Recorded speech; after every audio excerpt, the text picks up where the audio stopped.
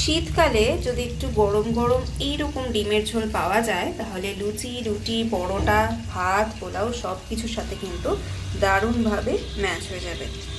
তাহলে চলো আজকের এই শীতের ডিমের ঝোলটা আমার মা কীভাবে তৈরি করেছে সেটা তোমাদের সঙ্গে শেয়ার করে নিই।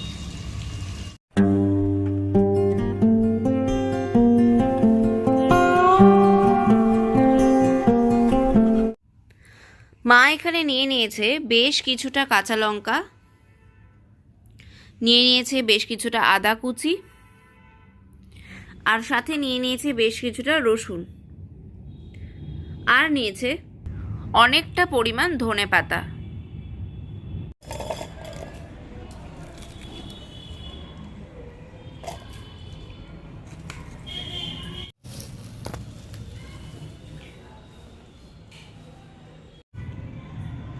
ধনেপাতা, আদা, রসুন আর লঙ্কা সবকটা আমরা এখন মিক্সিতে দিয়ে নিয়েছি। এবার এটা একটা স্মুথ পেস্ট তৈরি করে নেব। দেখো আমরা একটা স্মুথ পেস্ট তৈরি করে নিয়েছি। এবার আমরা রান্নায় চলে যাব। এই যে মা পেস্টটা তৈরি করেছে, এই পেস্টটা দিয়ে কিন্তু মা আরও একটা রেসিপি তৈরি করে তোমাদের সামনে দেখাবে, আর সেটা আমি পরের পর্বে তোমাদের সঙ্গে শেয়ার করব। নিয়ে নিয়েছি আমরা নতুন আলু, মাঝখান থেকে টুকরো করে কেটে নিয়েছি, আর নিয়ে নিয়েছি সেদ্ধ ডিম। মা যে মশলাটা তৈরি করেছিল সেই মশলার বাটিতেই মা এখন 4টে বড় পেঁয়াজ টুকরো করে কেটে একটা স্মুথ পেস্ট তৈরি করে নিচ্ছে। মা এখানে কড়াইতে সর্ষের তেল দিয়ে গরম করে নিয়েছে। এবার এর মধ্যে দিয়ে দেবে নুন আর হলুদ।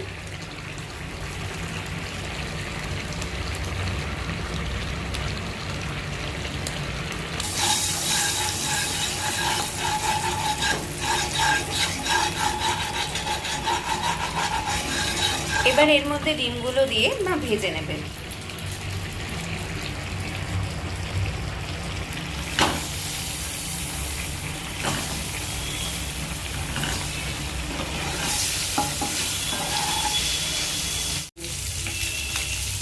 দেখো ডিমগুলো ভাজা হয়ে গেছে। এবার মা ডিমগুলোকে তুলে নেবে। মা ওই তেলের মধ্যে আরেকটু তেল দিয়ে নিচ্ছে। এবার কেটে রাখা আলুগুলো ভেজে নেবে।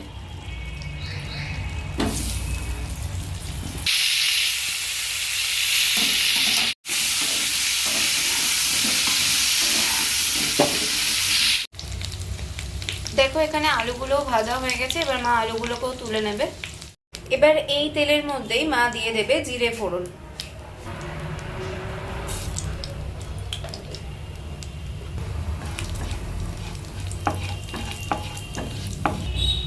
জিরে ভাজা একটা গন্ধ বেরিয়ে এসেছে। এবার মা এর মধ্যে দিয়ে দেবে পেঁয়াজ বাটা।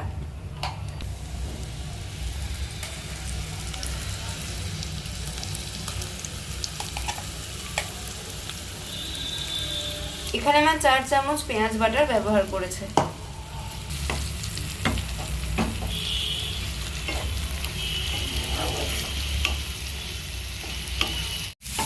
পেঁয়াজটা দেখো ভাজা হয়ে গেছে।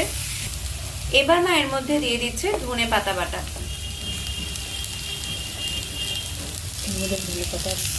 এর মধ্যে ধনেপাতা, কাঁচা লঙ্কা আর আদা রসুন রয়েছে। একসাথে মা 4-5 চামচ এখানে ব্যবহার করেছে। এবার এটা ভালো করে আবার কষিয়ে নিচ্ছে। এবার মা এর মধ্যে দিয়ে দিল মটরশুঁটি।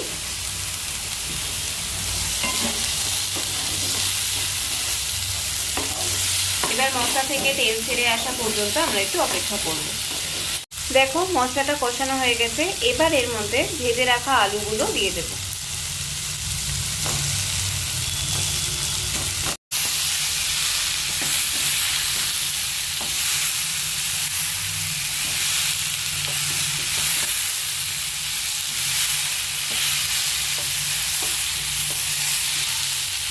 মশলার সাথে ভালো করে এবার মা আলুটাকেও কষিয়ে নিচ্ছে। এবার মা এর মধ্যে দিয়ে দিচ্ছে স্বাদ মতো নুন। আবার সবকিছু ভালো করে একটু মিশিয়ে নিচ্ছে।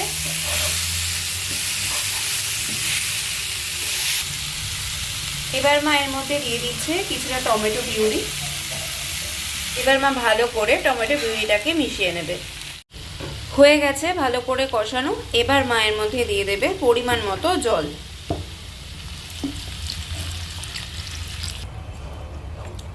ভালো করে মিশিয়ে নিয়ে সেদ্ধ হওয়ার জন্য 5 মিনিট ছেড়ে দেবে। দেখো ঝোলটা বেশ সুন্দর ফুটে উঠেছে। এবার মা এর মধ্যে দিয়ে দেবে ভেজে রাখা ডিম।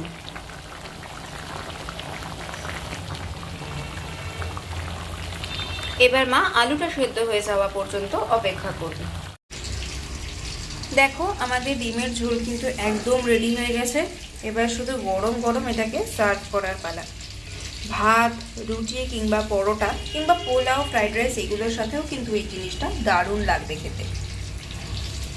তাহলে কেমন লাগলো আজকে আমাদের এই ডিমের ঝোল সেটা কিন্তু কমেন্টে জানাতে একদম ভুলে যেও না। আর যদি ভালো লাগে তাহলে প্লিজ লাইক করে দিও, ফ্রেন্ডস আর ফ্যামিলির সাথে শেয়ার করে দিও। আর যদি আজকে আমাদের চ্যানেলে নতুন বন্ধু হয়ে থাকো তাহলে প্লিজ চ্যানেলটিকে সাবস্ক্রাইব করে পাশে থাকা বেল আইকনটা অন করে দিও, যাতে যখনই আমরা কোনো ভিডিও পোস্ট করি তোমরা তার নোটিফিকেশন সবার আগে পেয়ে যাও। আজকের মতো তবে এখানে বিদায় নিচ্ছি। নতুন ভিডিও নিয়ে আবার খুব তাড়াতাড়ি দেখা হবে। টাটা।